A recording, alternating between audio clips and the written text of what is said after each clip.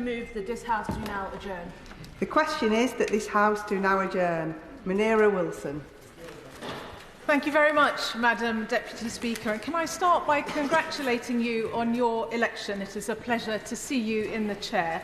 And I'd also like to congratulate the Minister on his appointment. I have no doubt he will do an excellent job, as we have been working closely together in recent years on the kinship APPG, and I suspect that young Lyle is very proud of his granddad right now. I'm delighted to have secured this adjournment debate, and you might be surprised to learn, Madam Deputy Speaker, that this is actually the first adjournment debate that I've managed to secure since my election in 2019. So I wanted to use this exciting opportunity to bring to the Minister's attention the impact on the local community of pharmacy closures in the Hampton area in my constituency, as well as the immense financial challenges facing community pharmacy right across England, and raise concerns about the impenetrable bureaucratic processes surrounding new pharmacy licence applications, as well as closures, which I believe need overhauling. Now, to set the scene, Madam Deputy Speaker, last autumn, 2 Boots pharmacies in the Hampton area were closed. One of these pharmacies was in the ward of Hampton North, which is one of 3 wards of relative deprivation in the London Borough of Richmond-upon-Thames. The west of the ward is within the 20% most deprived areas of the country. It's densely populated with a significant amount of social housing. As a result of this particular closure in Tangley Park, the entire ward is now without a community pharmacy. Hampton North is poorly served by public transport, no station, and 2 bus routes that serve the area are notoriously unreliable. The nearest pharmacy is now a mile away on foot, a distance which is difficult to cover for the elderly and those with mobility issues. Certainly more than a 20-minute walk, the measure that previous ministers like to use to highlight pharmacy accessibility. Predictably, these closures have put a lot of pressure on the nearest remaining pharmacies with queues and stock issues. Again, not exactly convenient or practical for elderly and vulnerable patients. At this point, I'd like to pay tribute to Mike Derry and Health Watch Richmond for their brilliant work championing local patients and giving them a voice. Health Watch undertook a survey of some 700 residents in the Hampton area at the start of this year to demonstrate the impact of the closures. One person said, "I've gone without medication as I can't stand very long. There are queues, I've waited over half an hour." Health Watch England highlighted the plight of 87-year-old Jill. She used to just about be able to get across the road from her house to the Tangley Park pharmacy. Now the nearest branch is over a mile away, and Jill, who doesn't drive, can't access this service due to the distance she'd have to walk to get there. She even paid the nearest pharmacy to deliver her medicines to her home each month. However, in the 8 months since she purchased this delivery service, they've only shown up twice. Her carer has to travel to collect the medication in person for her. Now, Hampton is not unusual in losing pharmacy provision. I'm sure the Minister is aware of the crisis facing the community pharmacy sector. Data from the Community Chemists Association shows that since 2015 there has been a net loss of over 1,200 pharmacies. And that's 1,402 closures and only 179 openings. More than a third of these have been in the most deprived areas of the country. The National Pharmacy Association report that the number of pharmacies closing so far this calendar year is nearly 50% higher compared to the same point in the year in 2023, with the equivalent of 10 pharmacies a week shutting their doors. As well as independent pharmacies, big chains such as Lloyd's and Boots have significantly accelerated these closure numbers over the past 18 months. Now, a big driver of these closures is a significant real terms reduction in funding for pharmacy, which has dropped by around 30% since 2015. Will my honourable friend give way? I'd be delighted to give way. Thank you very much. I was just going to ask my honourable friend if she is aware of the issue of overwhelmed doctor's surgeries, referring increasing number of patients to pharmacists in local areas. I've seen it myself in my constituency of Lewis. And does she agree that this will only contribute further to closures? I thank my honourable friend for his intervention and his excellent maiden speech earlier. I completely agree with him. And actually, we want doctors to be using community pharmacy more to alleviate pressure on other parts of the health service.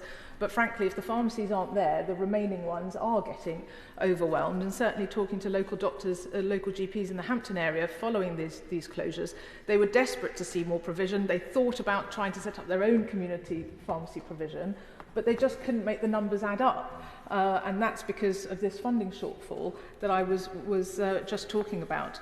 The Community Chemists Association estimate an average funding shortfall of £67,000 per pharmacy based on an analysis of data published by the Department of Health and Social Care in a written parliamentary answer at the beginning of last year. Many pharmacists are being left out of pocket, reimbursed less for a number of medications compared to the price they're paying, with stories of some using credit cards and overdrafts to purchase medication. These funding pressures are coupled with major workforce challenges. Indeed, when I met with Boots following the news that they were closing 2 branches in Hampton, they cited lack of pharmacists as a major reason why they were closing some 300 pharmacies across the UK, though clearly commercial pressures were the main driver. And layered on top of these issues are regular medicine supply shortages, which add more work and stress to already overstretched pharmacists. Community Pharmacy England reported last year that 92% of pharmacies were having to manage supply issues daily. Madam Deputy Speaker, it is a perfect storm for community pharmacy at a time when we need preventative healthcare and self-care more than ever. The potential of community pharmacies to improve patient health and reduce the pressure on NHS hospitals and GPs is immense, yet they are closing in their hundreds every year. We should be relying on pharmacies even more to keep the nation healthy, and whilst the previous Conservative government's announcement of the Pharmacy First initiative was very welcome in terms of its ambition, if pharmacies are not even funded for the basics right now, and with big gaps in provision opening up all over the country, it's hard to see how those Pharmacy First ambitions will be achieved. And in fact, Liberal Democrats would like to see the government building on the Pharmacy First principle to give pharmacists more prescribing rights and public health responsibilities. Like so many areas of public health, the Invest to Save argument is compelling, and I look forward to hearing the Minister's comments on what the new Labour government will do in terms of funding to enable community pharmacy not just to survive, but to thrive and grow as an essential part of our primary care infrastructure. Now, having addressed the causes of these closures, Madam Deputy Speaker, I want to spend some time exploring the processes involved in local communities being informed of pharmacy closures and their input or lack thereof, as well as the complete lack of transparency or accountability in relation to applications for new pharmacy licences. For starters, only those organisations designated as interested parties in the regulations are informed of new applications, and only their feedback has to be taken into account.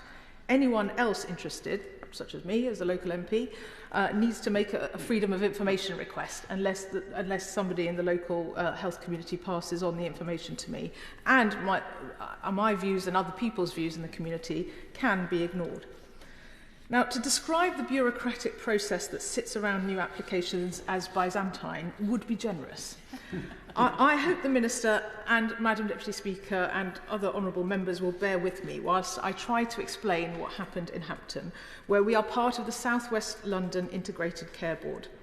However, NHS England has delegated the pharmacy market entry function for the whole of London to North East London ICB, completely the opposite side of the city, where officials have no local knowledge of our area or understanding of local transport links or relationships with the local health system. So starting with the closures, the Minister will be aware of the statutory 3-month notice period for pharmacy closures that Boots would have had to give NHS England last August regarding its intentions in Hampton. This information was not passed by NHSE to Richmond Health and Wellbeing Board. I find this utterly staggering. The first that local councillors, I as the MP, and the local health community in the area knew about the planned closures was when Boots placed signs in their windows to inform customers. Concerned constituents started to contact me and local councillors regarding the likely impact of the closures. Now, at exactly the same time as this was going on and we were all in the dark, at the end of August 2023, the local Health and Wellbeing Board published a pharmaceutical needs assessment, but this was inaccurate and failed to identify an imminent future gap in need in the Hampton North area because they had not been notified of these closures. So the Tangley Park boot subsequently closed in late October, and the Priory Road boots directly opposite a busy GP surgery closed in early November. Now, in November, an application was received for a new independent pharmacy licence on the Tangley Park boot site. Once again, the local Health and Wellbeing Board was not notified of this application, this time for 2 whole months. Now, during this period of complete silence, the Health and Wellbeing Board issued a supplementary statement to the local pharmaceutical needs assessment which identified the gap in Hampton. However, because the application for a new pharmacy was made in November referencing the original needs assessment before the supplementary statement was published, even though the application itself identified the gap that the supplementary statement subsequently published in December officially made clear, it was rejected. Not only that, it took the North East London ICB a full 8 months to issue that rejection. It was only issued earlier this month, despite the decision that the decision using evidence received in December to justify its rejection. Now, Madam Deputy Speaker, if you and other honourable members are still managing to follow this sorry story, I hope you will agree with me that this decision is utterly perverse, and it is also utterly unreasonable that timely applications to open pharmacies in response to multiple closures should be inherently prevented in this way. The delays in sharing information with the local Health and Wellbeing Board and the delays in decision-making are unforgivable. During that lengthy delay, the local authority received a planning application to change the Tangley Park pharmacy site into a fast food outlet. Thankfully, it was rejected earlier this month after representations from the public health team and councillors. But I'm sure the Public Health Minister would agree with me that it would be unfortunate, to put it mildly, if a pharmacy had been replaced with a fast food outlet. Now, one local official told me yesterday that the system architecture is too complicated and there is a need for clearer responsibilities and accountability. Amen to that, I say. Healthwatch Richmond has demanded answers from the North East London ICB, and frankly, they've received a woeful response that does not address the substantive question of why this application was so badly handled. The response passes the buck and it blames regulations. So to be clear, Madam Deputy Speaker, neither I nor Healthwatch are qualified to comment on the merits of a specific application. What we are doing is we are challenging the unfathomable process. So I say to the Minister, the huge funding challenges facing community pharmacy are pressing, and I appreciate that they may be extremely difficult for him to address given the iron fist of the Chancellor as far as any additional public spending is concerned. Yet he must wage a campaign to improve the funding situation. It makes financial sense, and we are not going to grow the economy without improving the nation's health. He will have cross-party support from these benches in doing so. But revisiting the regulations and how they are being implemented by NHS England will cost next to nothing. There should be proper consultation and involvement of the local community on closure notices, and changes in processes for new licences could ensure that we are quickly able to plug pharmacy gaps where they open up in areas such as Hampton. And crucially, those powers need to be delegated to the local ICB with full involvement from the local Health and Wellbeing Board. They know their communities and their geography best. Trust them. Finally, if the Minister is able to step in on the specific issues we are facing in my constituency, the application that's been rejected and going to appeal with NHS resolution, simply to ensure that we have a common sense approach, the residents of Hampton North and I would be very grateful. We desperately need a new pharmacy for our community, and I look forward to his response. Minister. Thank you, Madam Deputy Speaker, and can I start by welcoming you to the Chair and congratulate you on your election earlier this week.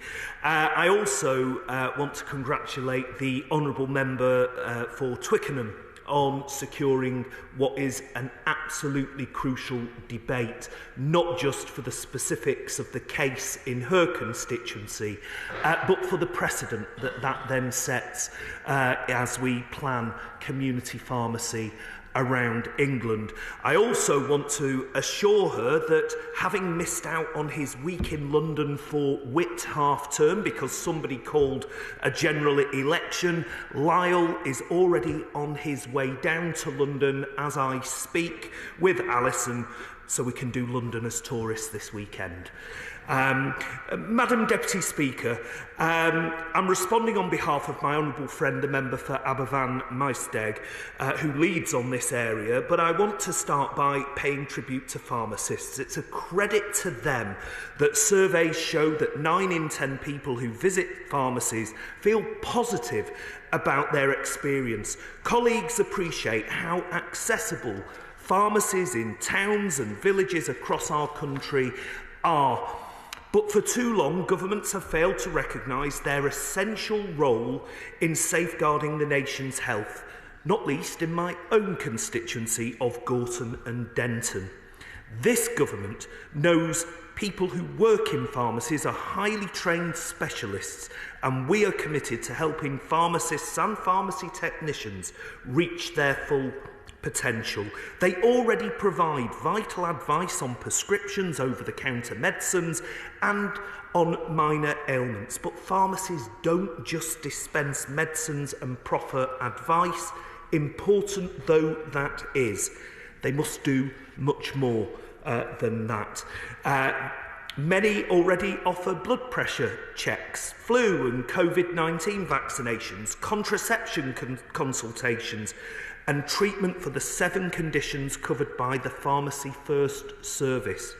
I supported Pharmacy First from opposition, and I think as did the Honourable Lady, and we pledged to build on the programme by making prescribing an integral part of the services delivered by community pharmacies. So within the next 2 years, we will ensure that every newly qualified pharmacist has a prescribing qualification while we train up the existing workforce. This year, NHS England is working closely with all integrated care boards on pilots to test how prescribing can work in community pharmacy, because we want, and I believe she does too, pharmacies delivering services that help patients access advice, prevention and treatment more easily. Services that ease some of the pressure off general practice and other areas in the NHS, and services that unlock the knowledge and expertise that our pharmacists already have to offer. This government takes the view that pharmacies can and should play an even greater role in providing healthcare on the high street. And that is why we stood on a manifesto to shift resources to primary care and to community services over time. And community pharmacies will play an important part in moving our health service from hospital to community, from analogue to digital, and from sickness to prevention. But we've only been in office for 3 weeks. It can't happen overnight. And that's why, until then, colleagues have been absolutely right to raise concerns to ministers about the closure of pharmacies. As we speak, well over 10,000 pharmacies in England are dispensing medicines, offering advice and delivering care. And despite closures, access to pharmacies across most of the country remains good. 4 out of 5 people live within a 20-minute walk from their local pharmacy. But as we've heard in this really important debate, that isn't the same across the country. And I know, having listened to the Honourable Lady, in Twickenham it is higher than 4 in 5, but in other parts of the country it is below 1 in 2. And the most deprived parts of England are almost, there are almost twice as many pharmacies, which is a good thing, than in the least deprived, but we need better access across the country. To take the example of my own constituency, access to pharmacies is fairly good. Almost the entire population is within a 20-minute walk from a pharmacy. But in certain rural areas and in a growing number of urban areas because of the closure programme, that isn't the case. But in those rural areas, there are dispensing doctors who can supply medicines to patients, and patients across the country can access around 400 distance selling pharmacies that deliver medicines to patients' homes free of charge. So it is true that experiences vary depending on where people live. But if I can just finish the sentence, then I'll give way. But I am aware of the specific problem in Hampton following the closure of the 2 Boots pharmacies that she has already described, and I will happily give way to her on that point. I thank the Minister for giving way. Just on that point about the 20-minute walk and the 4 and 5 statistic, does he recognise that a 20-minute walk for me or him is actually much longer for an elderly person or somebody with multiple health conditions and mobility issues? So that we've got to work out what measure it is that we're using. And yes, Twickenham as a constituency may have many pharmacies, but we've got to look at that really highly localised level, which is why we need the local authority and local health boards to be involved, because actually Hampton as a community, the transport links are terrible. No, I completely understand the case that the Honourable Lady is making, and please understand that she is pushing on a bit of an open door here. It's a completely different subject, but I've had exactly the same arguments about bank closures in my constituency, where I'm told that as long as the nearest bank branch is half an hour away by public transport, that is acceptable. Unfortunately, computer says no when it's 2 buses that don't meet up in between, and so there are, I agree with her, complexities around when you draw up these arbitrary limits, but generally access to pharmacy is good, and we need to be maximising the use of that pharmacy network so we get more pharmacists coming in. I'll give way. Thank you to the Honourable Member for giving way. I welcome the government's support for strengthening the pharmacy sector, and you talked about the workforce. I have residents in my constituency of Mid-Sussex that have raised concerns about the pressure that is being put on pharmacists to take more and more services on that might traditionally have been provided by primary care. What assurances can you give me that you'll make sure that the workforce plan for pharmacists is robust enough to cope with that extra demand? So we are very committed, as the Honourable Lady, I hope, knows, to having that workforce plan as robust as it can be, so that we don't just get the pharmacists of the future, but the doctors, the nurses, the healthcare workers and so on, so that on that journey to a national health service that is much more community focused, that is much more aligned to prevention, rather than to curing sickness. We want to prevent people from becoming ill in the first place. We have to make sure that at the heart of that is how we can deliver medicines and treatments closer to where people live, and having well-trained capabilities in the pharmacy sector to do that is very much a priority for this government.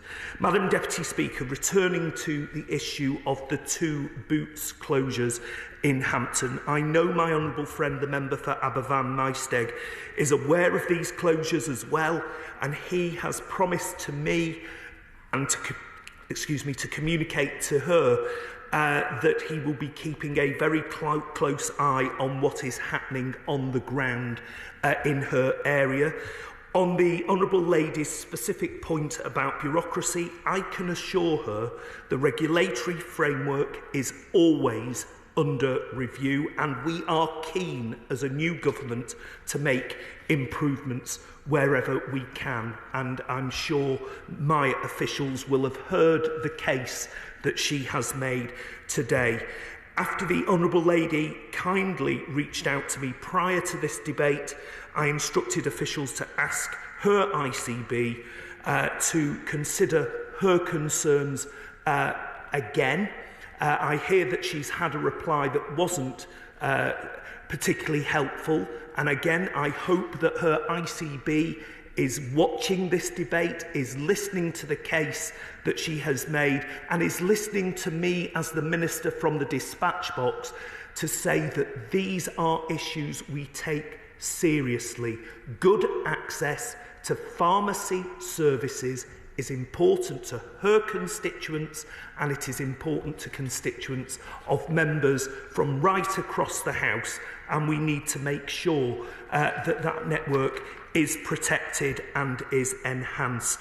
On funding, I want to tell the House that NHS England has commissioned an economic analysis of the cost of providing pharmaceutical services. That work is happening right now as we speak with the pharmacy sector, and we look forward to seeing the outcome. Previous governments dithered and delayed on finding a sustainable and long-term solution, and the consultation around this year's funding and contractual arrangements with Community Pharmacy England did not make it over the line before the election was called. So we are looking at that as ministers as a matter of urgency. All that we speak of today, though, is against the backdrop of the most challenging circumstances since the Second World War.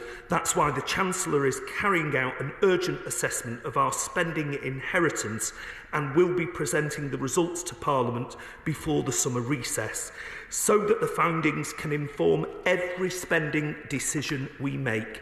In the meantime, I'm afraid I can't update the House on this year's arrangements, and I understand that this will be frustrating to the Honourable Lady, but the Prime Minister has asked me and every minister of this government to be honest and open about the state of the nation's finances. I intend to keep that promise, but I do look forward to working with pharmacy stakeholders, not just to discuss how we solve these problems, but how we seize the opportunities in the sector to transform how we deliver health and social care in the community, closer to where people need it, and providing those new innovative treatments from the pharmacies themselves where that is appropriate. This government will always put patients before politics, and in the spirit of the friendship that we have developed over the years, particularly over the kinship issue, I certainly look forward to working with the Honourable Lady on this issue, on other health-related issues, and on making our country a better, fairer, more equal place for her constituents and mine, with better access to health services, including community pharmacy. And I hope to work with the Honourable Lady in the years to come, and let's hope we can improve pharmacy services for Hampton and for other parts of England. The question is that this House do now adjourn. As many as are of that opinion say aye. Aye. The ayes have it. Order, order.